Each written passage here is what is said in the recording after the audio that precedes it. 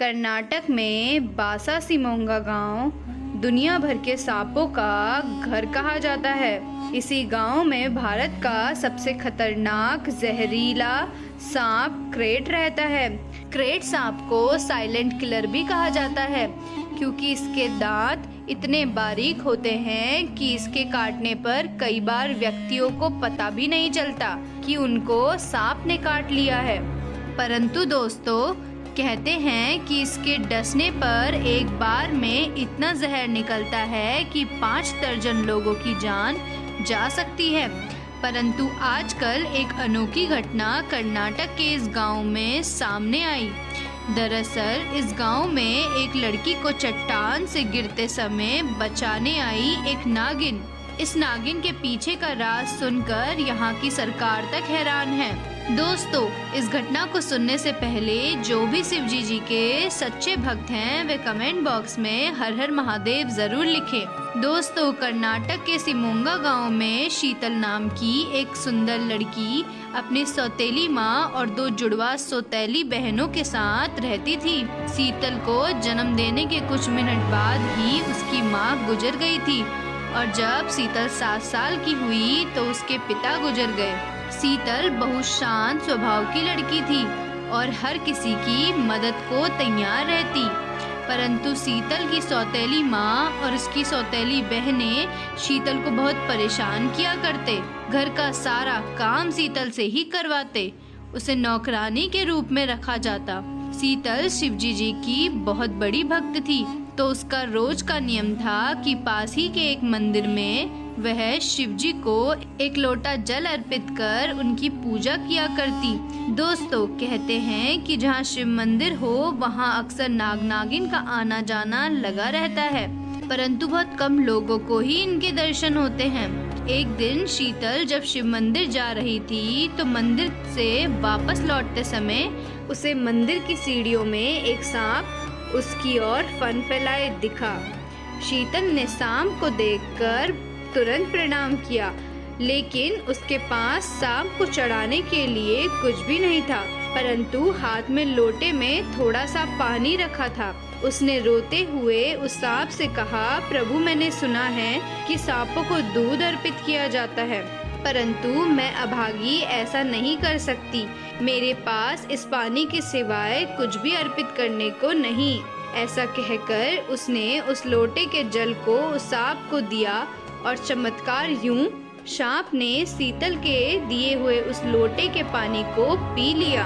एक बार शीतल की सौतेली बहन को देखने पास ही के दूसरे गांव के मुखिया का लड़का आने वाला था, जो बहुत ही सुंदर था।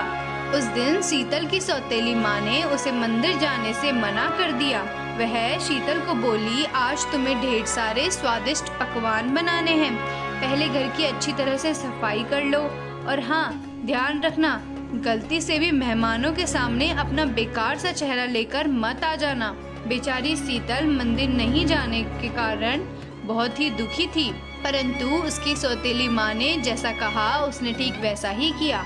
जब दूसरे गांव के मुखिया के परिवार का लड़का शीतल के घर आया तो शीतल की सौतेली बहनें उसे देखते ही खुशी से पागल हो गई, क्योंकि वह लड़का दिखने में बहुत ही सुंदर और स्मार्ट था। शीतल की सौतेली माँ ने मेहमानों की खूब खातिरदारी करी, परंतु शीतल को रसोई घर में ही बंद करके रख दिया। जब लड़के का परिवार वापस अपने घर जाने को तैयार हुआ तो गलती से लड़का अपना फोन उनके घर पर ही भूल गया। उधर शीतल की सौतेली माँ ने शीतल को रसोई घर से निकाल मेहमान के सभी जूठे बर्तनों को उठाकर धोने के लिए कहा। शीतल जैसे ही उन बर्तनों को उठाने उस कमरे में पहुंची, तभी वही लड़का वापस अपने मोबाइल को ढूंढता आया और उसने शीतल को देख लिया। शीतल को देखते ही वह लड़का शीतल के चेहरे की सादगी और खूबसूरती से मंत्रमुग्ध हो गया।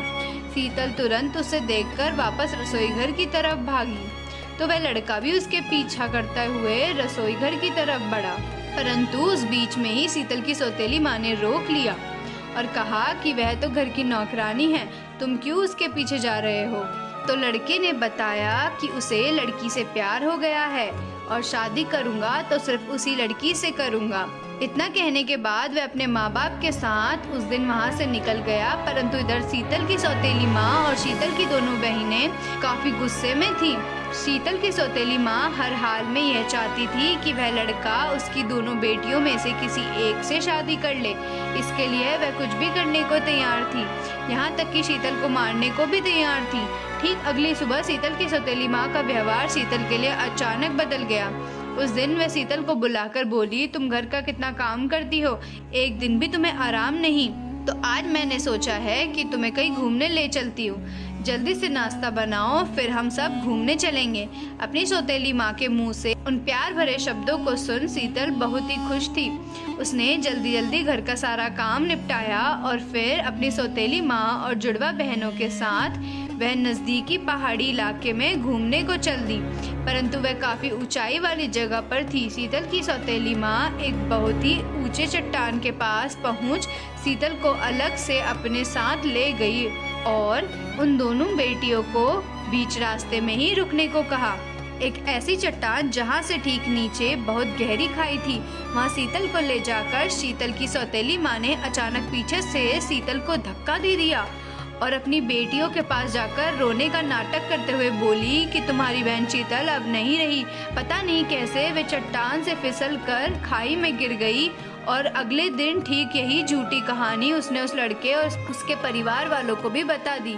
जैसे ही उस लड़के ने यह सुना, उसे यकीन नहीं हुआ, क्योंकि उसका दिल कह रहा था कि शीतल अभी भी जिंदा है और वह अपने दोनों दोस्तों के साथ इस चट्टान वाले इलाके पर गया।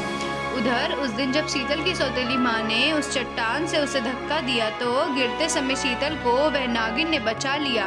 उस नागिन का ऊपर का शरीर तो मनुष्य की तरह ही था, परंतु नीचे का पूरा शरीर सांप की तरह। शीतल को बचाने के बाद वह पुनः पूरी तरीके से सांप बन गई। तभी शीतल को याद आया कि यह वही सांप है जिसे उस दिन शीतल ने शिव मंदिर की सीढ़ियों में दूध की जगह पानी पिलाया था।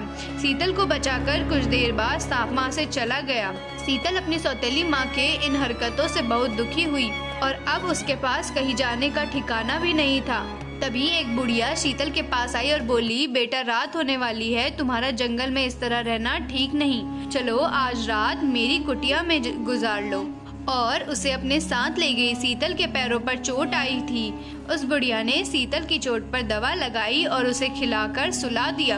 अगले दिन जब शीतल उस बुढ़िया के साथ जंगल में लकड़ी बीनने के लिए निकली तो तभी उसको ढूंढता हुआ गांव के मुखिया का वही लड़का अचानक उसके पास आ पहुंचा।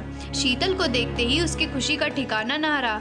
उसकी आंखों में खुशी के आंसू झलक रहे थे। वह लड़का शीतल से बोला, भगवान का लाख लाख शुक्र है कि तुम जिंदा हो। अब मैं अपनी आंखों से तुम्हें कभी दूर नहीं होने दूंगा। मैं तुमसे प्यार करता हूँ और शादी करना चाहता हूँ, चलो मेरे साथ। उधर शीतल ने भी हाँ कर दी, परंतु तभी शीतल को याद आया कि वह उस बुढ़िया के साथ थी। परंतु जब उसने पीछे बुढ़िया को देखना चाहा तो वहाँ कोई भी नहीं था। शीतल जब उस लड़के के साथ उस बुढ़िया की झोपड़ी के पास गई तो वह झोपड़ी भी वहाँ नहीं थी।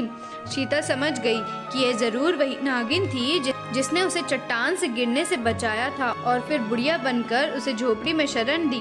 उसने दिल से उस नागिन को धन्यवाद दिया।